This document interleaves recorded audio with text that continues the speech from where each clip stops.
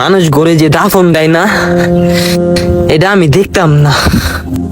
দুনিয়ার লোভে আসক্ত হয়ে যেতাম গা, এই মিছা মায়া নিজের জড়ায় ফেলাইতাম, গাড়ি বাড়ি টাকা পয়সা নারী পোশাকের উপরে আসক্ত হয়ে যেতাম গা।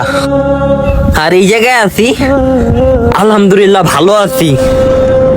আমার সৌভাগ্য একটা কবরস্থানের পাশে দোকানে আমি কাজ করতে পারতাছি। আরে বেটা, এই কবরস্থানের চতুর্পাশে যত বসত বাড়ি আছে, বাড়ি ঘর দোকানপাট, সবার সৌভাগ্য তারা কবরস্থানের পাশে থাকতে পারতাছে। নিজের চোখে কবরটারে দেখা মৃত্যুরে স্মরণ করতে পারে, তারা মানুষ ঘরে দাফন করা দেখতে পারে, লাখপতির ওই যে মাটির ঘরে শোয়া দেয়, এটার থেকে তারা শিক্ষা নিতে পারে। আচ্ছা, তোর জন্ম তারিখ কত রে? 2005 সাল ডিসেম্বর মাসের 15 তারিখ। ও আচ্ছা, এটা মনে রাখছো। আচ্ছা, তোর মৃত্যু তারিখ?